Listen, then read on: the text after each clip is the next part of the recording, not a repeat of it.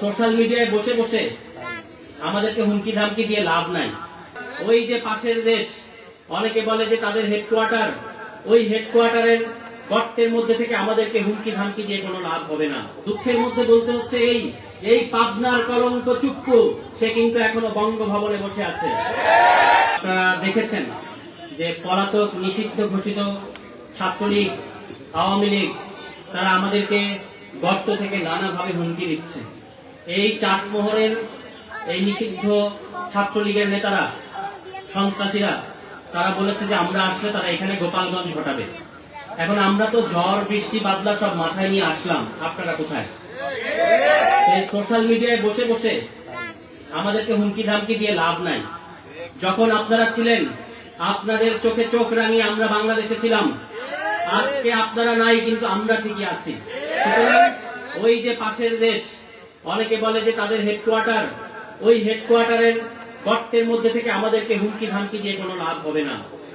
বাংলাদেশের জনগণ, আবু সাইদ, হাদি, ওয়াসিম তারা যে বিরোচিত রক্তের মাধ্যমে এই জুলাই গণঅভ্যুত্থানকে সফল করেছে, এই জুলাই গণঅভ্যুত্থানকে আমরা আবারও প্রয়োজনে রক্ত দিয়ে হলেও রক্ষা করে যাব। এবং তারা আমাদেরকে বলছে যে আমাদের পরিণতি হবে হাদির মতো। আমরা তাদেরকে বলি যে বাংলার ঘরে ঘরে শত শত হাজার হাজার লক্ষ লক্ষ কোটি কোটি হাদি তৈরি হয়ে আছে।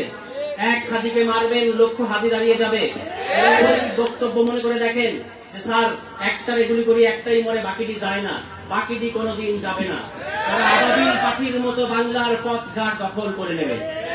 সুতরাং বিএনপি সরকারকে আমরা জানাতে চাই, বলতে চাই, খাল কেটে আওয়ামী লীগ আনার চেষ্টা করবেন না।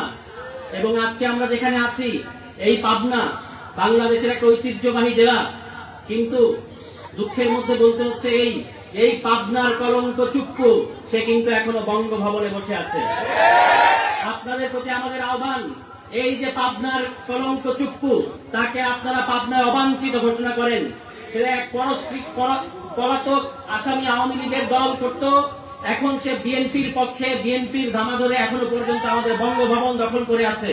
আপনারা যদি আমাদেরকে জিজ্ঞেস করেন যে জুলাই গণ অভ্যুত্থানের একটা ত্রুটি কি, সেই একটা ত্রুটি হচ্ছে গণভবনের মিছিল বঙ্গভবনে যায় নাই।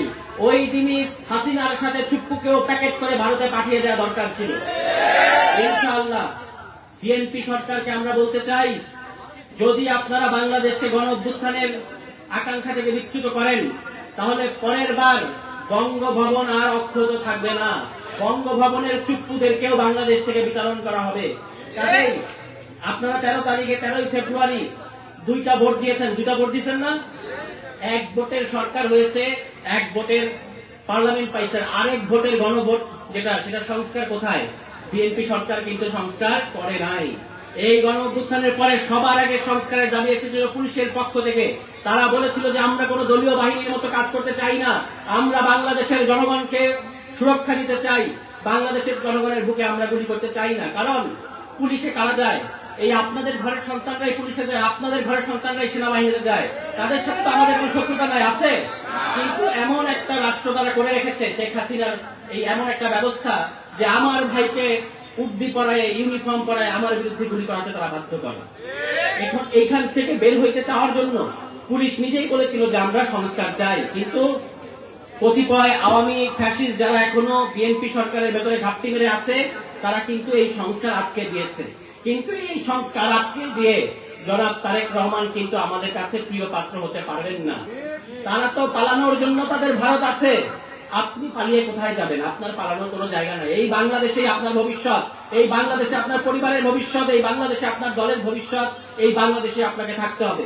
কাজে দুই জিয়ার সন্তান হিসেবে, শহীদ প্রেসিডেন্ট জিয়াউর রহমানের সন্তান হিসেবে, বেগম খালেদা জিয়ার সন্তান হিসেবে, যে সকল ভারতীয় এজেন্ট আপনার দলের ভেতরে, যে সকল ভারতীয় এজেন্ট আপনাকে আজকে সংস্কার এবং গণভোটের বিরুদ্ধে দাঁড় করিয়েছে, তাদেরকে চিহ্নিত করুন এবং তাদেরকে দ্রুত অপসারণ করে জনগণের যেটা চাওয়া, গণভোট বাস্তবায়ন, সংস্কার বাস্তবায়ন, পুলিশের সংস্কার, দুদকের সংস্কার, মানবাধিকারের সংস্কার, নাগরিক অধিকার, এগুলো আপনাকে নিশ্চিত করতে হবে। এগুলো আপনি নিশ্চিত না করে শুধু খালি মুখে, মিষ্টি মুখে হাসি দিয়ে আমাদেরকে আপনি সন্তুষ্ট করতে পারবেন না। এবং খাল কাটার নামে আপনাদের দলের লোকজনের যে খাই খাই আমরা চারিপাশে দেখতে পাচ্ছি, তাদের যে হাজার বছরের ক্ষুধা, তারা গাছ খেয়ে ফেলছে, তারা মাঠ খেয়ে ফেলছে, বালু খেয়ে ফেলতেছে, খাল খেয়ে ফেলছে। এই ক্ষুধার্ত দলীয় হায়নাদেরকে আপনাকে থামাইতে হবে। এবং সর্বশেষ একটা কথা বলতে চাই, এটা বলি শেষ করি, সময় বেশি নাই। সেটা হচ্ছে আপনারা জানেন, ওই যে বলা হয় যে গাড়ির এরকম বলে আর কি, যে গাড়ির 99% ঠিক আছে, মাঝে মাঝে ব্রেক ফেল করে। তো এখন আমাদের যিনি স্বরাষ্ট্রমন্ত্রী, উনারও 99% ঠিক আছে, শুধু 1% সমস্যা, নিজের মন্ত্রণালয়টা উনি সামলাইতে পারছেন না। সারা বাংলায় আজকে মাদক দিয়ে ভরে ফেলেছেন। ওই মাঝে মাঝে মনে হয় যে বদি নাই, কিন্তু বড়ি কিন্তু ঠিকই আছে।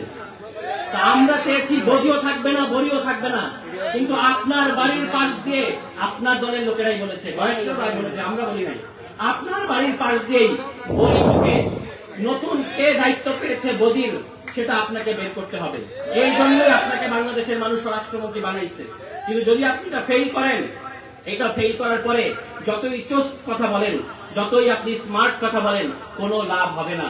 কাজেই আপনাদের প্রতি আমাদের আহ্বান, নতুন দল এনসিপি কে আপনারা শক্তিশালী করেন। এই যে বিএনপি সরকার, তাকে কিভাবে দৌড়ের উপর রাখতে হয়, তাকে কিভাবে নিশ্চিত করব, এবং গণভোটের রায় বাস্তবায়ন করেই আমরা ঘরে ফিরব ইনশাআল্লাহ। সবাই ভালো থাকবেন। আসসালামু আলাইকুম।